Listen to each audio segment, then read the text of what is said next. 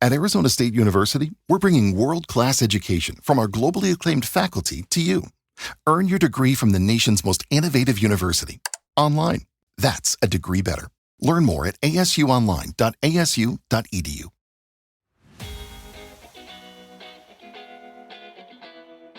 Hello and welcome back to the show. Thank you so much for tuning in. I'm Patrick. I'm here, of course, with Ben. We are joined by a new friend, Brandon Powell. Gentlemen, how are you? Doing well. Fantastic. Good to have you, Brandon. Yeah. Brandon, it's great to meet you. I'm going to do a quick bio review. I'm going to let folks know how we found you and a little bit of what I hope to talk to you about. And then we're just going to get into this, what I think is going to be a fun conversation. So you're a level 3 Wim Hof certified instructor, Brazilian Jiu-Jitsu black belt, and you're the founder of something called On Fire, PHYR. You were amongst the first group of 25 international instructors trained directly by Wim Hof in 2015, 2016. Correct those dates if that's incorrect. And you teach breathwork and cold exposure to athletes, gyms, corporate clients worldwide, helping folks unlock their autonomic nervous system and become happy, healthy, and strong. Does that all sound roughly correct?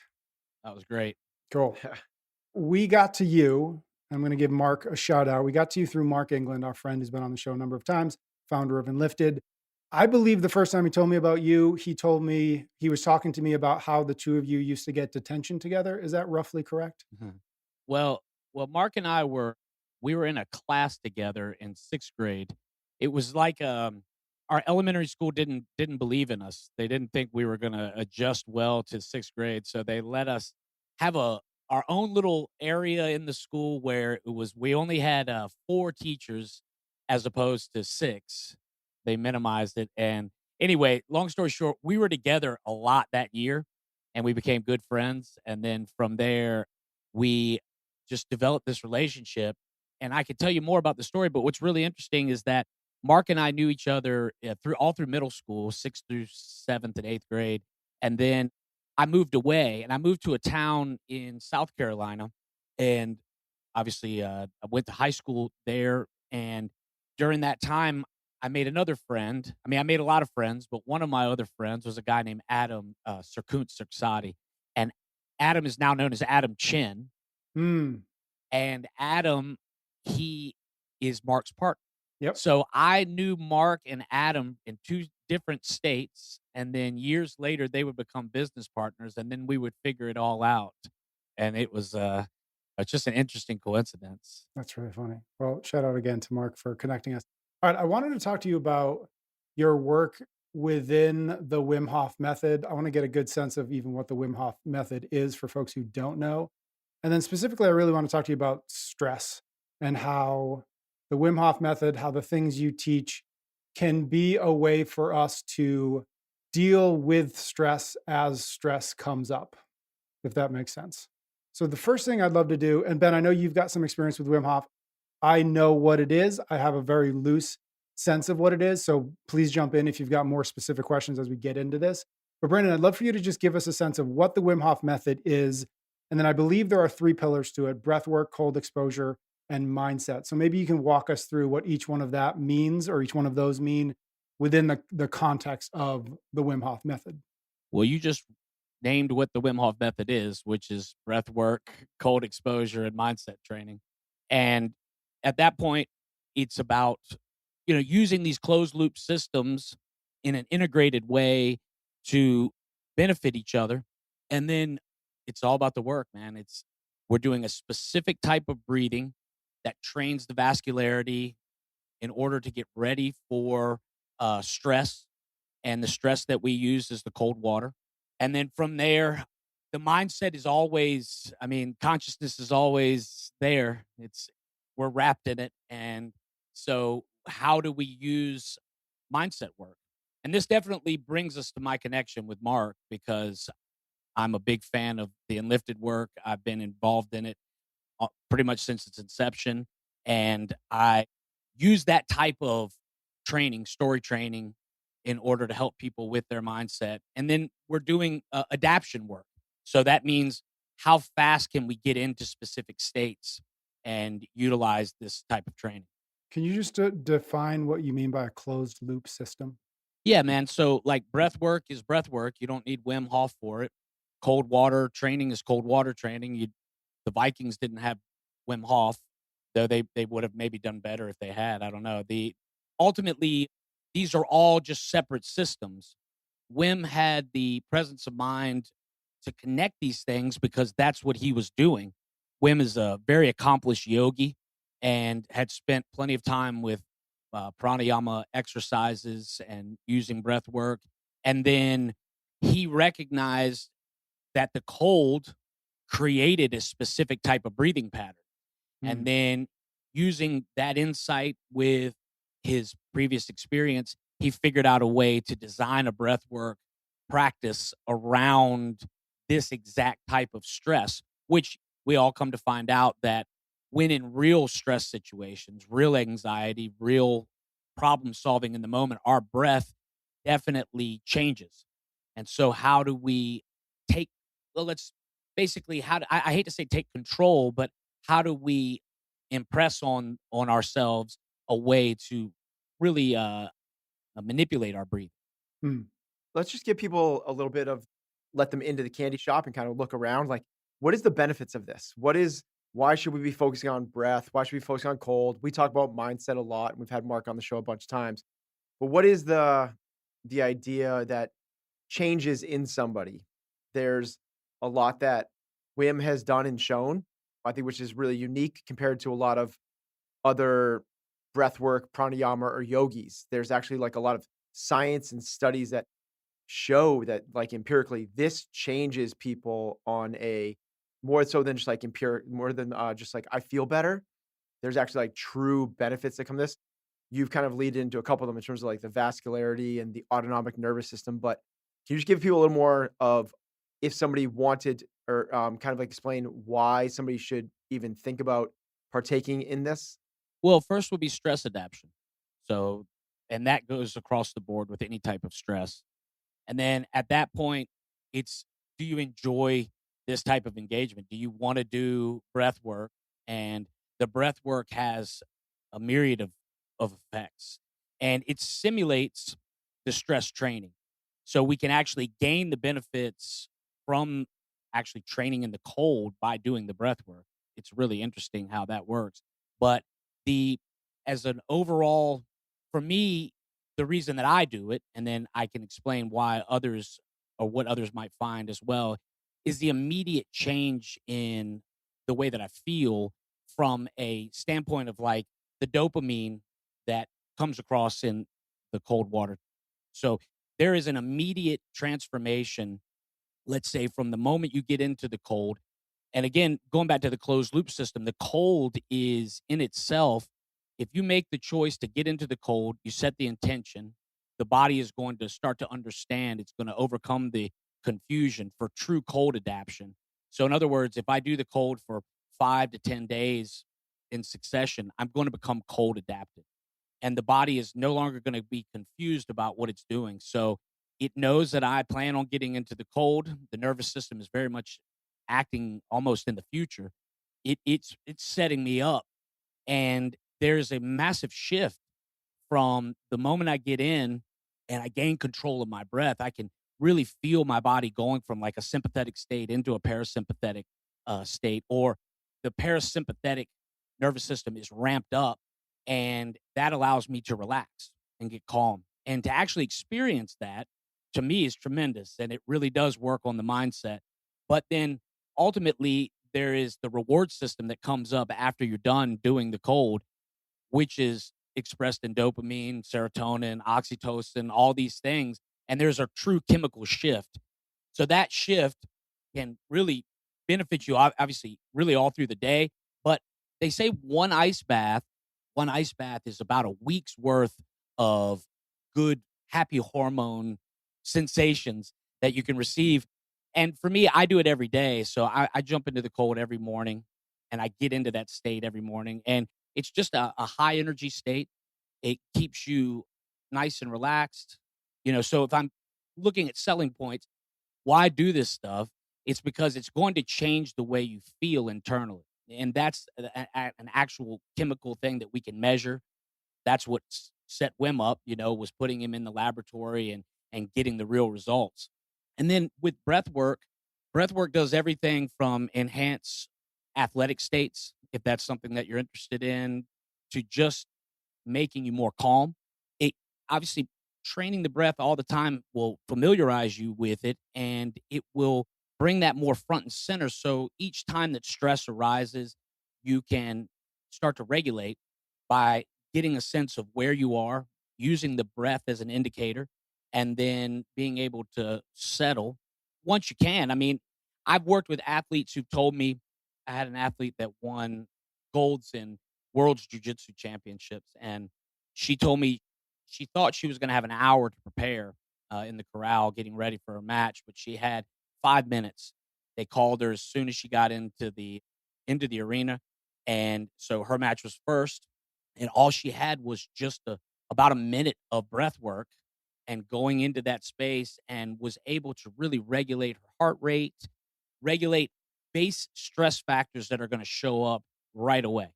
So I think if you can calm your breathing, if you can calm your heart, then that is going to have an immediate impact on the way you feel and your mindset. And so bringing this all together quickly is what we want to do. And that's what Wim has demonstrated. I mean, in all of his records, he's done 20 minutes of breathwork prep, no matter what it is.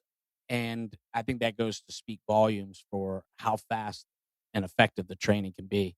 I definitely want to dig into more of the breathwork stuff, but for the cold, you said that you do your cold every day. It's part of your morning routine. Maybe I'm putting words there. No, It that's takes right. 5 to 10 days to kind of get the cold exposure, and you do it because you feel so good afterwards. Can you just give a little bit of like truly mechanically, like walk us through it? Like Mhm.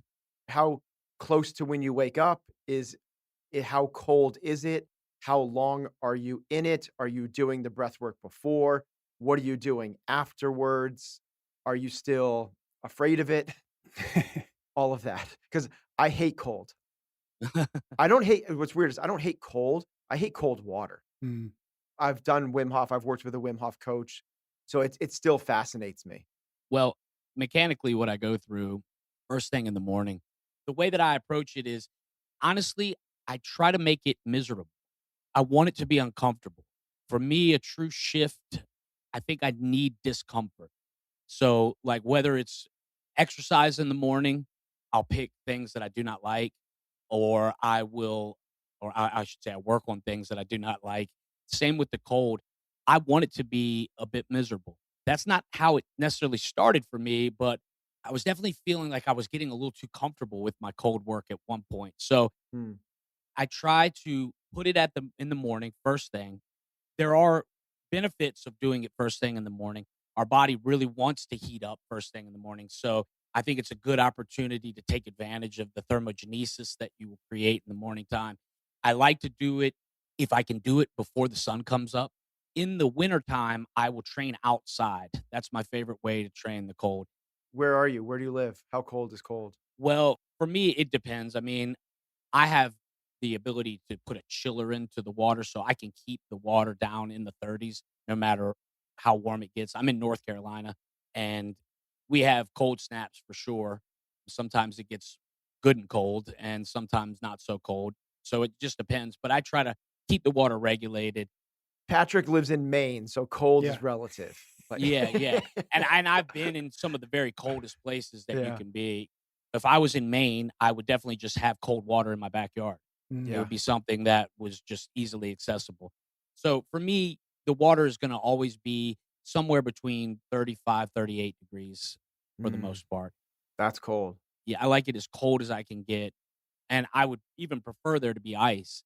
So breaking ice to get in is always, I love the somatic experience with that. I want to feel and touch the ice and really get a That is sense of it. gnarly. Yeah. And so the more the better, really. And but that's again cultivated through a lot of years of experience with the cold and just finding out what I like. But then I would do a general sit is between 5 and 10 minutes, usually leaning towards the latter. I like a longer sit. And that's not because of any reason other than that's just the way I've always done it. I got in when I started sitting with Wim, he would stay in for about 10 minutes. I would stay along with him. And it's sort of I'm just feeling out where I'm at. And sometimes there's a time pressure. I need to get it done. I just want to get in, get out. No less than say 3 minutes just for, and I like to hold my breath underwater for a period of time too. So that could be anywhere from 30 seconds to a minute, minute and a half of breath hold underwater and just really trying to get settled in that space.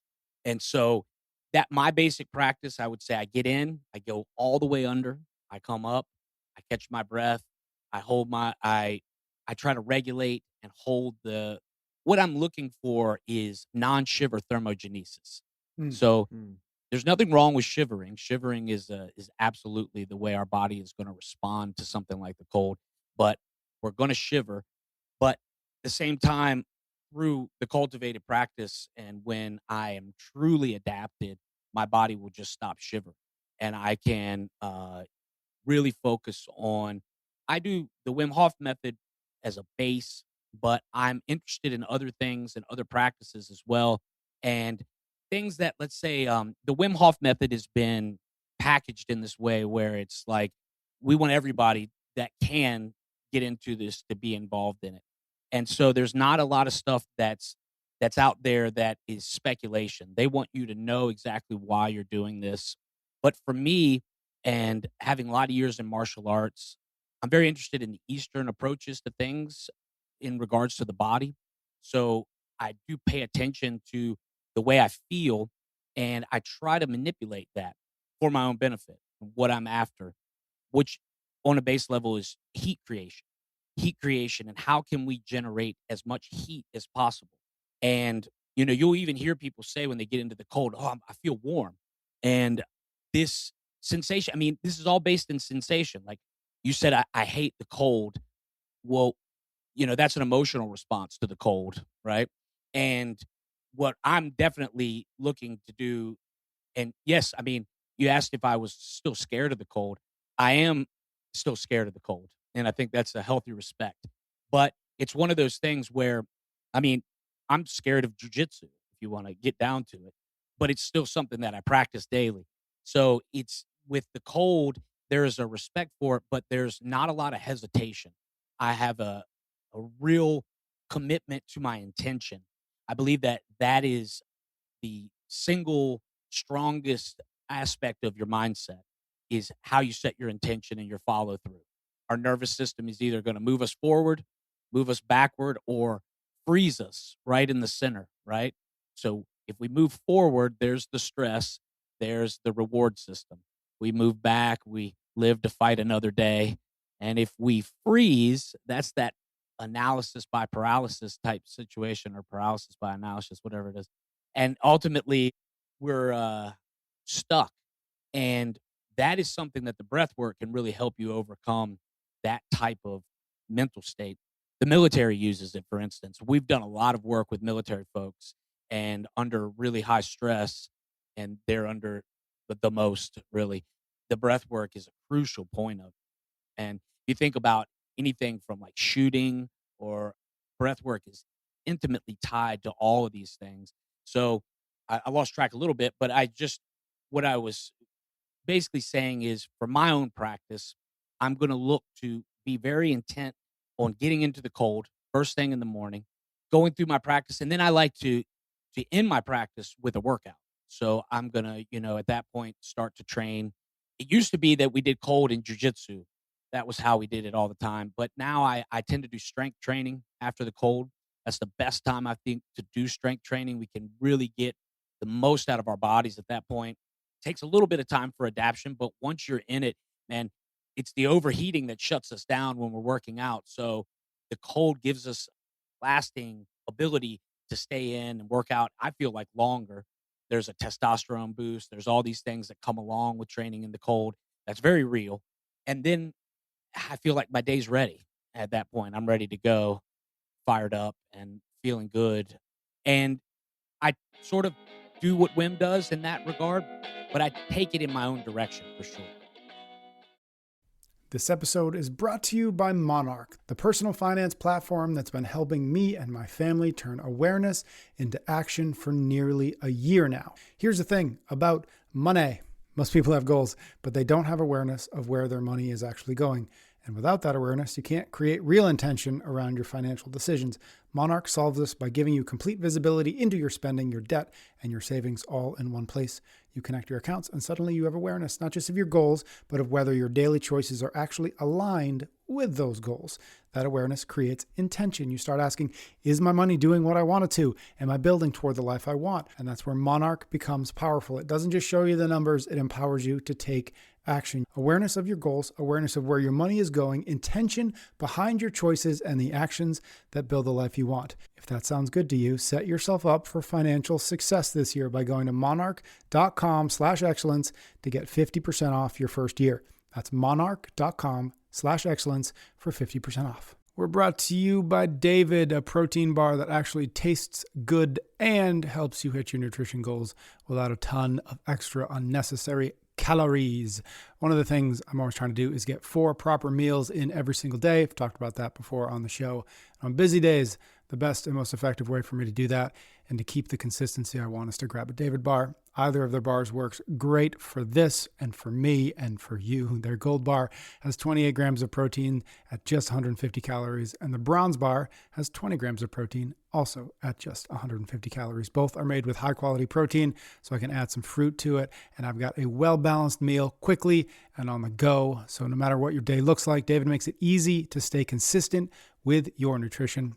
Right now, when you buy 4 cartons of David bars, you'll get your 5th carton for free if you go to davidprotein.com/excellence. That's davidprotein.com/excellence. You can also find them in stores nationwide.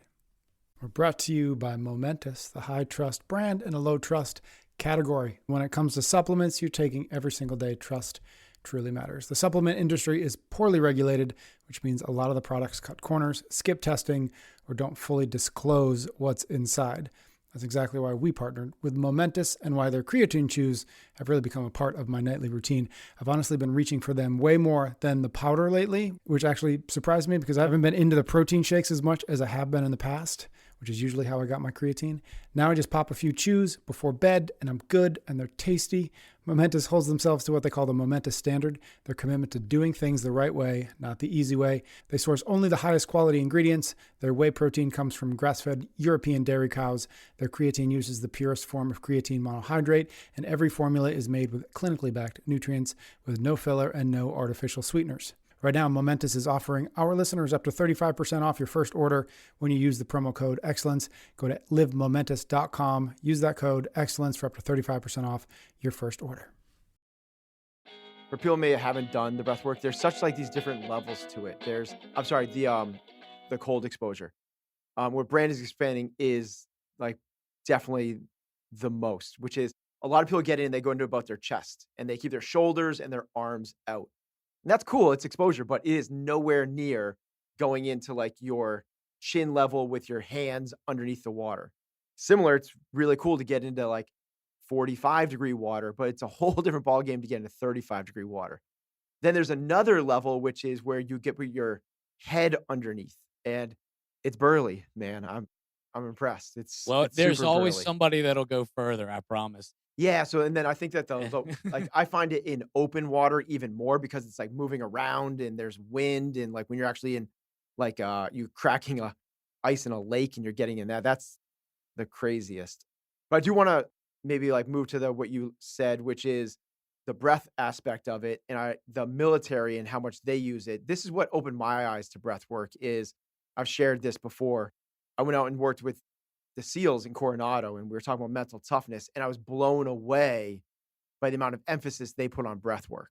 And what I came to realize was how bi-directional breath was, right? You get stressed and your breath changes. But if you change your breath, you can influence your stress.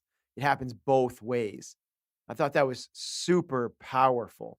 And you've kind of started this conversation off with how it is the thing that can create the calm.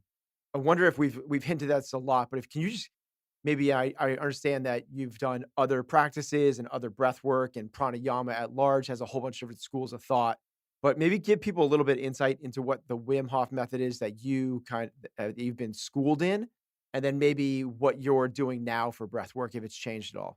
Well, the Wim Hof practice is definitely my favorite, no question.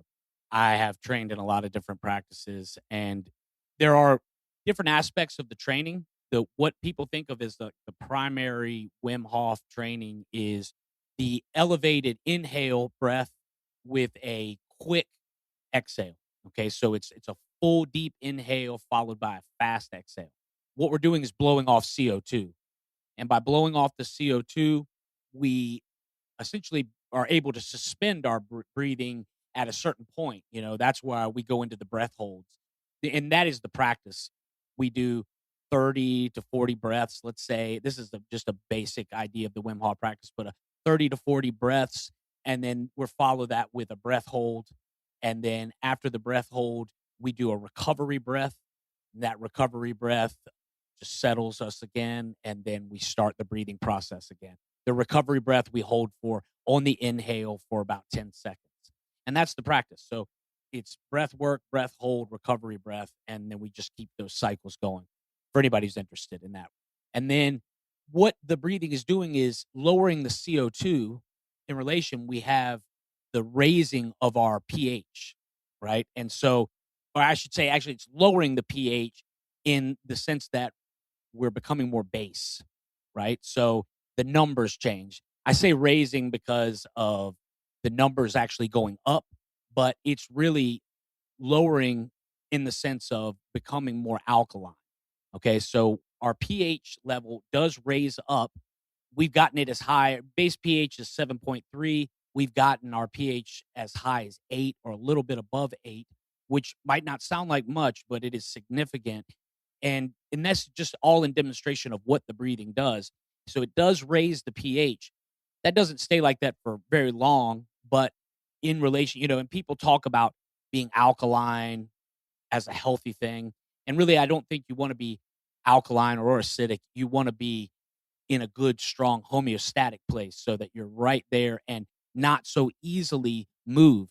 And this is what we're doing. We're stretching these systems so that we're more resilient at the core, if that makes sense. And changing the alkalinity can create kind of a cascade of an effect. And one of the big ones is taking advantage of adrenaline. And this is something that we've demonstrated doing over the course of, say, 20 to 30 minutes is peaking our adrenaline as much as, say, like a skydive, right? Though we're doing it from a long-term effect. We're not jumping out of the plane and having this adrenaline experience. We're raising our adrenaline consciously, okay, through the breath work. And then we can escape things like adrenaline dumps. So this is why it's super beneficial for athletes or people ready to take on stress, whatever that stress is. Could be public speaking, for that matter, just anything where there's going to be a stress induced, maybe almost momentarily. We want to raise that system up so that we don't have that effect. And this is why it's great for the military or anyone, like I said, in any form of stress. But in athletic endeavors, we really feel like it really shines. Yeah, I had all my athletes when my professional athletes start off every session with breath work, and as you said, it's this ability to sort of deregulate stress. We're coming out of the holidays right now, and people that listen to the show, know a little bit that one of my triggers for some reason, something must happen in a past life to me, is trying to leave with the family on a trip and packing. For whatever reason, that's like it gets to me so much that we just can't leave the house, and there's so much. This is like the days after Christmas. I think it's the day after Christmas, which is like your happy time. And I just got so triggered by this that at one point I went into the closet in my bedroom while everyone else is trying to pack, and big emphasis on the trying. And I went in there and sat in the dark and closed the door, and I breathed for 5 minutes within the dark with my eyes closed, came out a totally different person. It is such that bidirectional aspect of like, you can change the autonomic nervous system from fight or flight. You can throw yourself right back into that kind of calm, rest and relaxed state, which is such a tool that I'm so grateful that I have, that I was exposed to, because otherwise a family don't like Ben when we're trying to leave the house. Well, what's interesting is Wim recognized that there was an elevation in our breath work through fight and flight.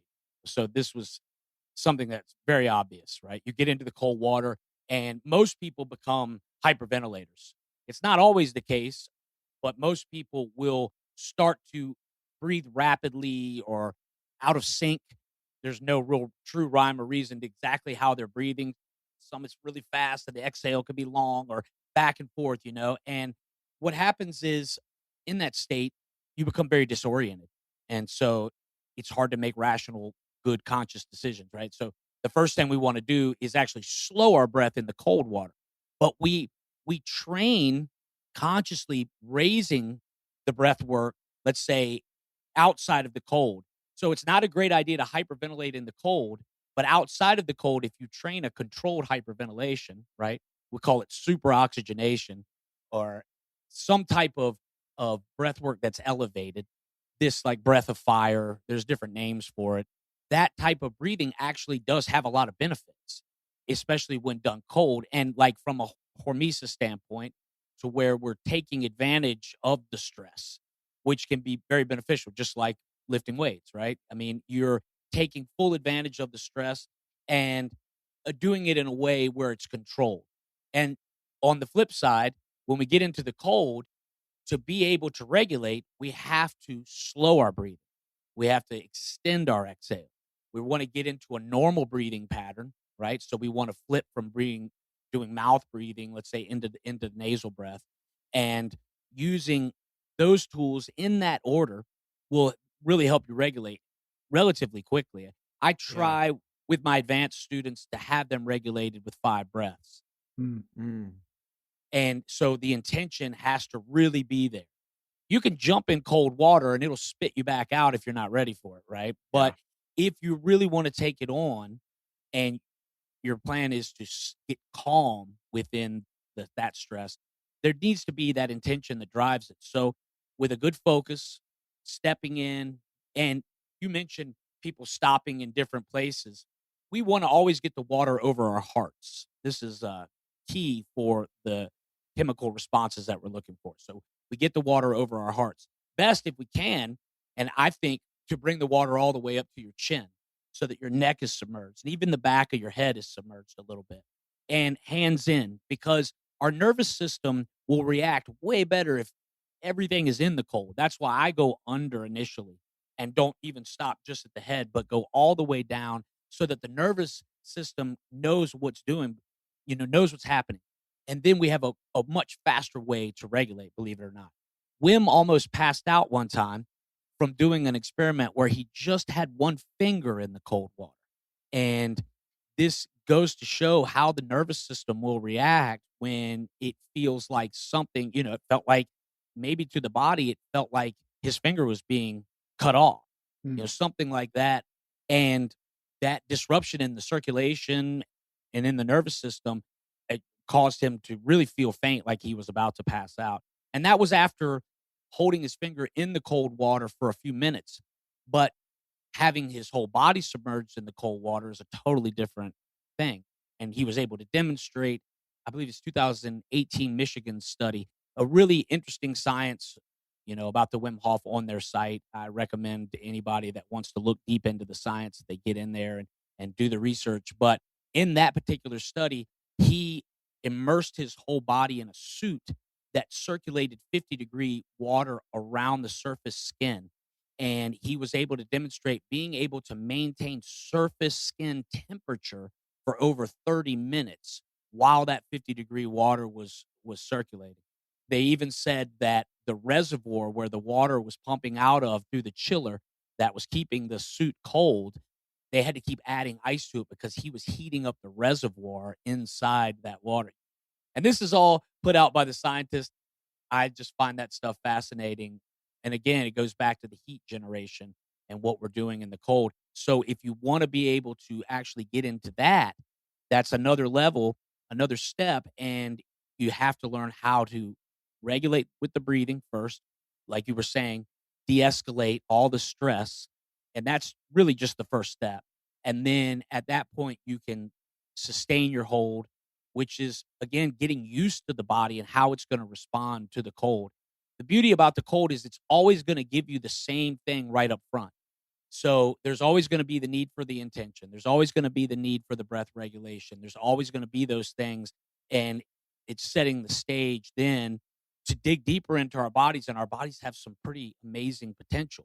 That was always Wim's his big selling point was there's a lot more to us than we know. And by using these stresses, we will be introduced to those aspects of ourselves. Yeah, it's fascinating that like the body being able to do more than we probably know. And we talked about how you can sort of control the autonomic nervous system in terms of stress inoculation and moving from parasympathetic to sympathetic and back and forth. And you sort of alluded to a little bit like these other autonomic features, right? Your heart rate, your core body temperature. Wim's also shown like even with not even with himself, but with students, the ability to boost immune system. Can you speak a little bit to that? Like the aspect that like this doesn't stop with sort of like just being able to handle stress. There's actually this ability to truly tap into, I believe it's like the pineal gland or something where you actually gain access to these, what was once thought unaccessible features of the body.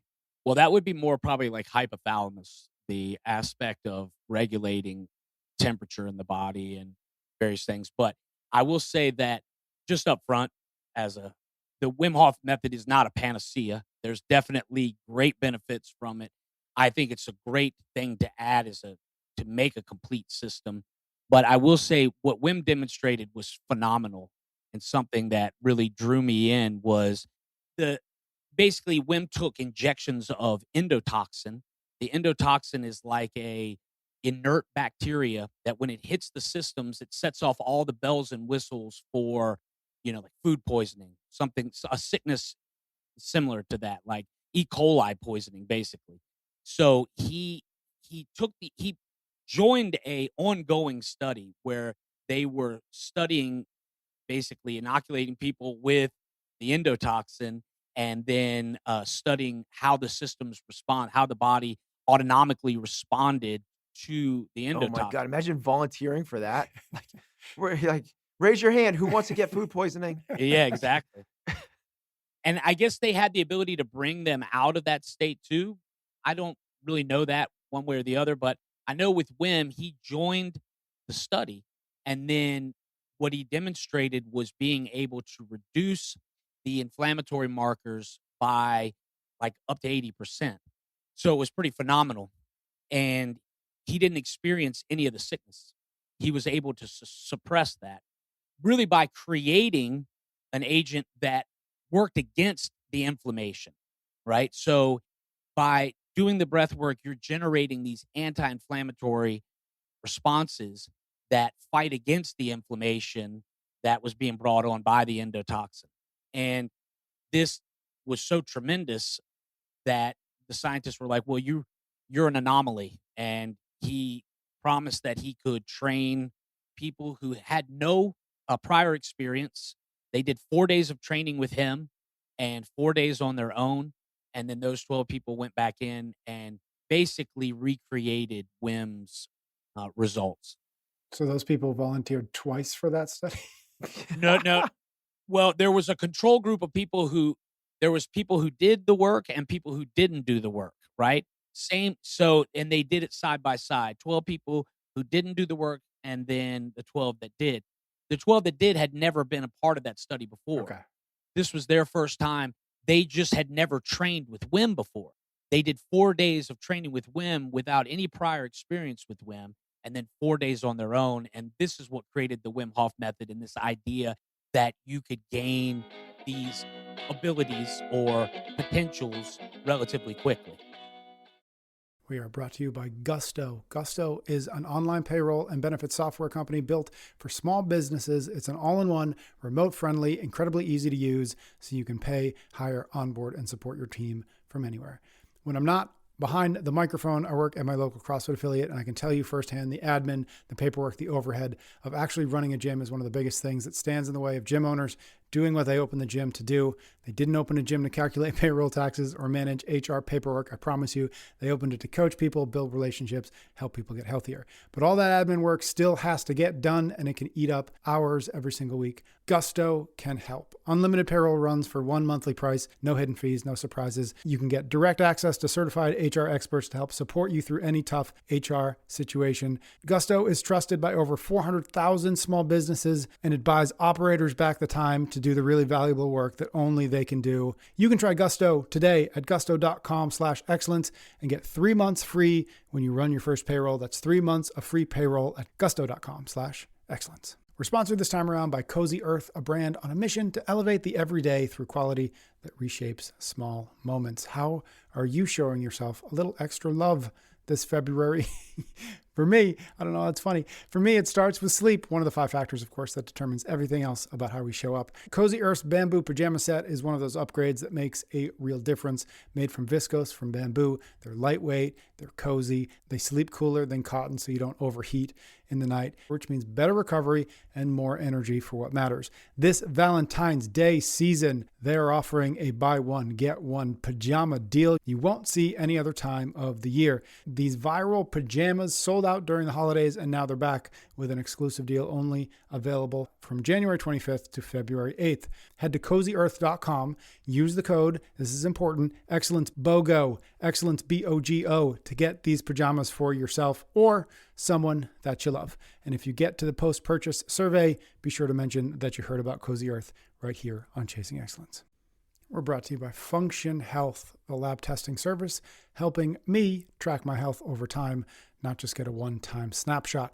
I actually just got a reminder from Function a week or so ago telling me that it was time to schedule my follow-up blood draw. Note to self, still have to do that. And honestly, that's what sets Function apart from other lab testing. It's not a one-and-done thing where you get results back and then never look at them again. Function is built for tracking trends over time so you can actually measure and improve your health across months and years. There are over 100 lab tests covering everything from hormones to thyroid to heart health and nutrient levels, and their team of doctors reviews your results with personalized insights. The ability to see how my markers change over time gives me actual data to work with, just blindly hoping I am moving in the right direction. That is the power of Function. You're not just getting tested, you're building a complete picture of your health that gets clearer with every draw. Head to functionhealth.com/excellence to get $300 off your membership. That's functionhealth.com/excellence for $300 off.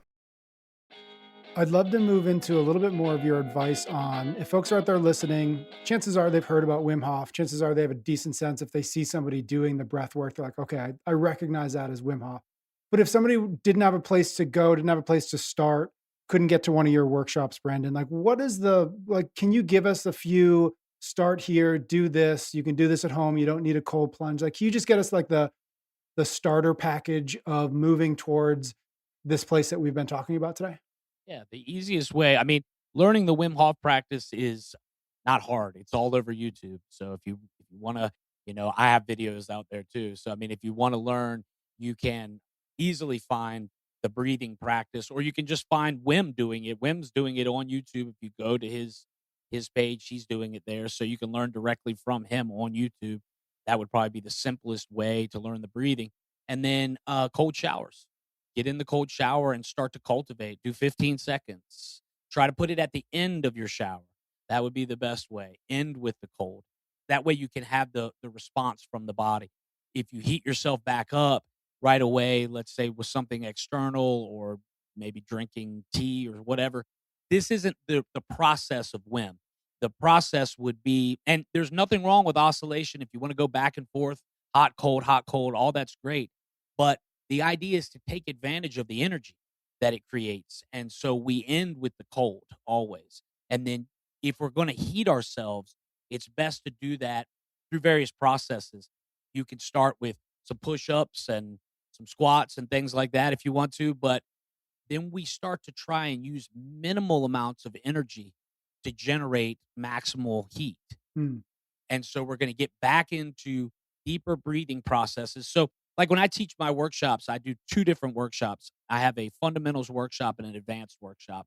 And I'm still really squeezing things in there, but it gives more of the holistic effect of the practice. to do both and really to come to the advanced and to understand what we're doing post cold. To me, the post cold training is the real gold because you're going to turn on systems that you may have never even felt before. And so that's really unique to me in this training. And again, it's more advanced, but as a basic practice, learn the breath work and then realize that that breath work is something that's meant to be done out of the water, never in the water, fully as safe as possible. Do it laying down. Definitely don't do it in a car. Don't do it walking around. Don't do it standing up. Just lay down and do the breath work because most people won't realize how powerful that practice can be. It absolutely has the potential to knock you unconscious. And so, if that was to happen, it would be far better for you to be laying down because you would just think you fell asleep for a second. So, hyperventilating, especially without you ask me what should people do, and I always think get to a workshop if you really want to understand it because we don't need any lawsuits. But the best way is to do it without any force. Don't try to blow a head gasket immediately. People do like to really dive into that breathing and have these almost like out of body experiences, right? And so, in order to get there, which I think can be beneficial from time to time for sure. You need a little cultivation in the practice. But just by doing the practice right away, you're going to feel something. And so it's best to do it laying down, try to be relaxed. Then, if you want to approach the cold, when you approach the cold, I would say again, put it at the end of your shower, do 15 seconds, build it up to a minute, build it up to 5 minutes, build it up to 10 minutes, and use the breath for de-escalation. Focus on your exhale. Try to relax. When I say relax, I usually start with people with their shoulders. Most people are like this when they're tense. We get people to drop their shoulders, try to get into their abdomen with their breathing so that they feel the breath expand in the abdomen, in the lower back. And then ultimately from there, you're going to want to dive deeper because you're going to like it. Mm. And so if you really get into it, then it's worth seeking out better instruction. There's a lot around. There's a lot of people doing the Wim Hof method these days. There's workshops all over the place. When I first started, I was part of the very first 25 instructors. We trained with Wim. We were the first group of international instructors that came out. Started off as 50 people, and then we weeded it down to 25. And at that point, I think since that point, I should say, we're at now like over 1,500 instructors. Mm. And so there's people around doing the thing. And it's a practice that you can have a novel experience with it, go in, do it, say, I did it, I took an ice bath, great. But if you really want the most out of it, it will become part of your lifestyle. Mm. It's like martial arts to me. People talk about learning martial arts in a weekend at a workshop or something. I mean, that doesn't exist. It's a lifestyle choice that you're going to be doing these practices for as long as you can. And Wim will be doing ice baths till he's done. I mean, that's just the way it goes, man. And it does make you feel younger, stronger, better. I mean, it's one of those things where when you do it, you feel your energy. So I recommend absolutely cultivating, starting slow, like you were saying, making it easy in the beginning. But that's what I did. I took Wim's course. He put out a course, and I was like one of the very first people to jump on that course, and I loved it. Instruction would come every week. They made you wait week to week to week. They didn't give it to you all to stream at once, right? So it was cool, man. I get the new instruction. I was super stoked to do it. I mean, I had a lot of background. It was easy for me to jump in, but I think it's so simple. It's really anybody can do it.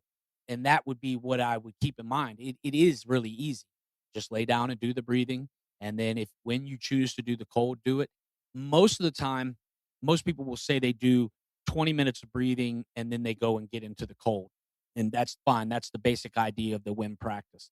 You could do 5 minutes of breathing and go get into the cold. But if you want to prime yourself with the breathing first, that's what a lot of people do. I don't do that. I get into the cold. I mean, I take a few breaths, and it's usually on my way out, just gritting my teeth, knowing what I'm about to do. And then I go and jump in the cold. And then post cold, I work my breath work. Got it. I so appreciated, Brandon, I liked rules and I like to know if doing things the right way.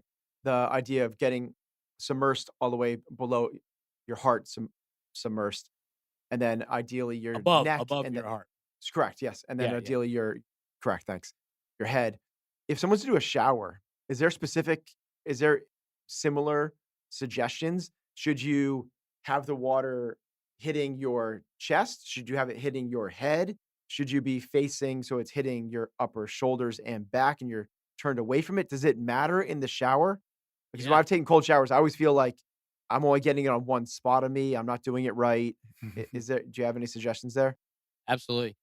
Well, anytime that the water is moving, there's going to be like this wicking away of heat. And so a lot of times for a full submersion, you're taking it all at once and then you can regulate. So when you move around in the cold, you're readapting.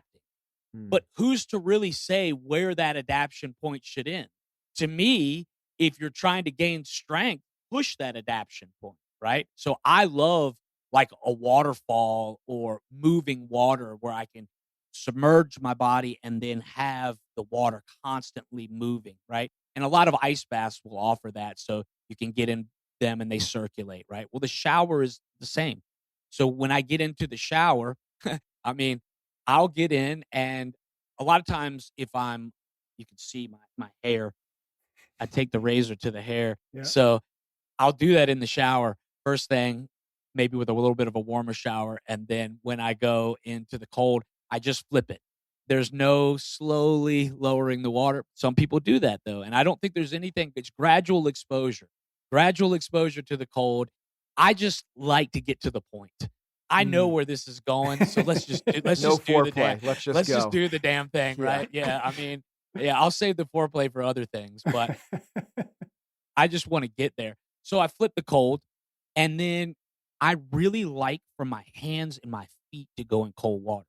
One of my favorite things to do is when I'm done doing workshops, I'll be flipping tubs and getting rid of cold water. I love just having my feet up to my ankles in the cold. Feels Mm. really good to me, man. So I'll start with my feet and my hands. And then the coldest part of the body that's going to give you the most impact is going to be on the back of your neck. Mhm. And there is a acupressure point or acupuncture point right there at the base of the skull and say the brainstem. And this area is going to give you a big impact effect, right? So you can work your way up to that, but what I think is the most intense part of the cold water is going to be where it's hitting the back of your neck and running over your shoulders and down your chest. Okay. So Got it's it. kind of the water is splitting. It's going Yeah. over the back, cascading over the back and over the chest. So there are times where I'll just jump right into that and then use my breath because you're going to feel, especially if the water's cold, you're going to feel the need to regulate your breathing. That over the shoulders and it's cascade. Are you facing the shower or facing away? Which way? Facing away, letting the Facing away. water Got it. Yep. hit me in the Got it. back. Yeah. That to me is the most intense. Now somebody might say it's something else. Yeah. No, it's helpful. I've heard different things from different people, right? I will once I regulate the breathing, and there are advanced practices that I'm probably not going to talk about a whole lot because I don't want anybody hurting themselves. Mhm. But there are practices with the breath, and you just have to take my word on this. But there are practices with the breath where you can completely disassociate from any type of sensation, like any type of sensation, while maintaining consciousness. You know, the famous picture from Vietnam with the Buddhist monk who's burning himself in protest, right? I think this is a high demonstration of what I'm talking about, right? Because they maintain their seated lotus posture while being engulfed in flames. And then It's unbelievable. right before they sort of drop out of existence and turn into ash, they will raise their arm up into the air to show everybody that they were still there the whole time. Mm. And this is an extreme example of what I'm talking about. But there's definitely things that I've learned in this practice, things that I've learned inadvertently, like just by doing it. Oh man, I didn't know I could do that.